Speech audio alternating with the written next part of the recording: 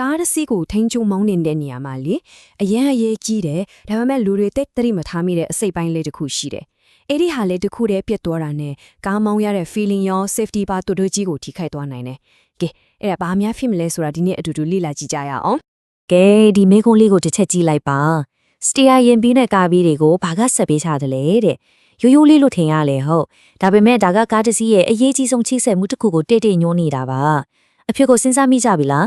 ကဲဆက်ကြည့်လိုက်ရအောင်ဟုတ်ကဲ့အဖြေကတော့ red end ပါပဲသူ့ကိုတချို့ကအတွင်းပိုင်း thyroid ဆိုပြီးတော့လည်းသိကြပါတယ် red end ဆိုတာကလေတကယ်တော့ steering စနစ်ရဲ့အသက်သွေးကြောလို့တောင်ပြောလို့ရတယ်ရင်မောင်းရဲ့လက်ကနေဘီးတွေစီကိုအချက်ပြားပေးပို့တဲ့တရားတစ်ခုလိုပဲ steering ကိုနည်းနည်းလေးချိုးလိုက်တာနဲ့ဘီးတွေကိုဘလောက်လဲရမယ်ဆိုတာကို तू ကတိုက်ရိုက်အမိန့်ပေးတာပါစဉ်းစားကြည့်လေဒီတရားလေးသာတစ်ခုခုဖြစ်သွားရင်ကျိုးသွားရင်ကားကိုလုံးမထိန်းချုပ်နိုင်မှာမဟုတ်တော့ဘူးကဲကားကိုဘယ်လို꿰တယ်လဲဆိုတဲ့ process ကိုရိုးရိုးရှင်းရှင်းလေးကြည့်ရအောင်အရင်ဆုံး steering ကိုလှည့်လိုက်တယ်အဲ့ဒီအခါမှာ steering rack ကဘီးတိုင်းရွေးသွားတယ်အဲ့ဒီလိုရွေးသွားတဲ့အားကို rack end ကနေတဆင့်ဘီးတွေစီကိုတိုက်ရိုက်လွှဲပြောင်းပေးလိုက်တာအဲ့ဒီတော့မှဘီးတွေကလိုက်လဲတော့ကောတွေ့လား तू ကကြားရဲကတကယ်ကိုအဓိကကြားတဲ့ပေါင်းကူတနာကိုလေးတယ် rack end နေရလေတောင်ယုံနဲ့မပြတ်အောင်တော့ခိုင်ခအတီးဆောက်ထားတာပါဒါမဲ့ဘဲဒါမှတော့ထားရမခံဘူးလေနော်ဆိုတော့ဘလို့အကြောင်းရင်းတွေကသူကပြည့်စည်စီလဲဆိုတာတစ်ချက်ကြည့်လိုက်ကြရအောင်အဓိကချွများတဲ့အကြောင်းရင်းတွေကတော့ရှင်းပါတယ်ကီလိုများကြီးမောင်းလာတော့အချင်းကြာလာတာနဲ့အမျှပွန်းစားတာပေါ့နောက်တစ်ခုကသူ့ကိုကာထားတဲ့ဖုန်ကာတာပါပူပေါက်သွားရင်အခြေကိုဖုန်နေရည်တွေဝင်ပြီးချောစီတွေချောက်သွားရောလမ်းကျန်းတွေချွန်းခွက်တွေပေါ်ခဏခဏမောင်းရတာလားလဲသူ့တဲ့တန်းကိုတိုးစီတယ်ပြီးလို့မတော်တဆမှု၍လမ်းဘေးခောက်တိုက်မိတာအဲ့ဒါတွေလည်းပါတာပေါ့အရေးကြီးဆုံးကတော့အရေးသွင်းမကောင်းတဲ့အစားထိုးပစ္စည်းတွေသုံးပြီးပျက်စီးတာပုံမြန်နိုင်ပါတယ် rack end တခုစပြီးတော့ပျက်စီးလာပြီဆိုရင်လေ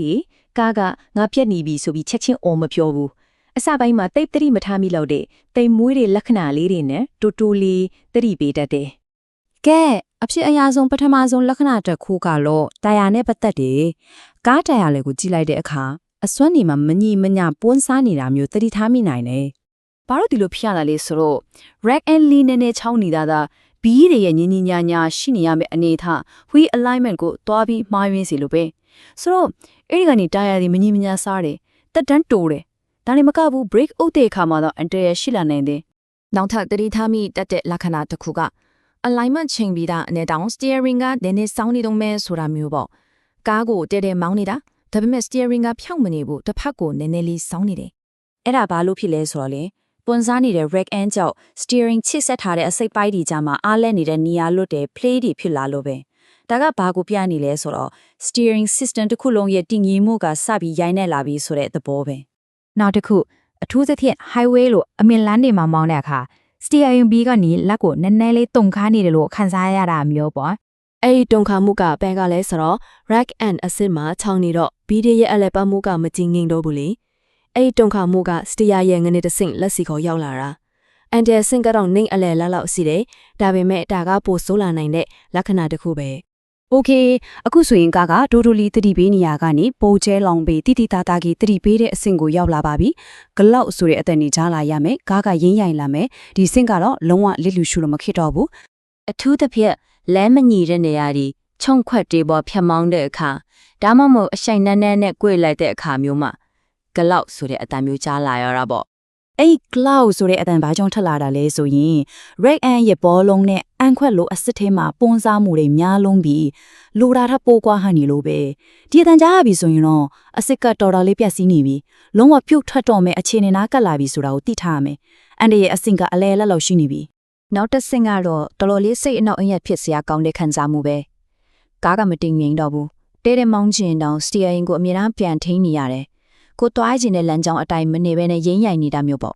့ဒီချီနေကအန်ဒီရဲ့အစ်စ်မြင့်ပါပြီဘာလို့လဲဆိုတော့ rack end မှာအားလာမှုတွေရိုင်းရမ်းလာတော့ဖီးတွေကထိမ့်မရပဲသူ့တဘောနဲ့သူရင်းရိုင်နေလို့ပဲအရေးပေါ်အခြေအနေတစ်ခုခုကြုံလာရင်ကားကိုထိန်းချုပ်နိုင်စွမ်းကအကြီးအကျယ်ကျဆင်းသွားနိုင်တယ်ကဲအခုကျွန်တော်တို့အန်ဒီရဲ့အရှိဆုံးနောက်ဆုံးဆင့်ကိုရောက်လာပါပြီဒီအချိန်မှာပြတဲ့လက္ခဏာတွေကတော့ဆိုးရွားတဲ့ပျက်စီးမှုတွေဖြစ်တော့မယ်ဆိုတဲ့နောက်ဆုံးသတိပေးချက်တွေပဲ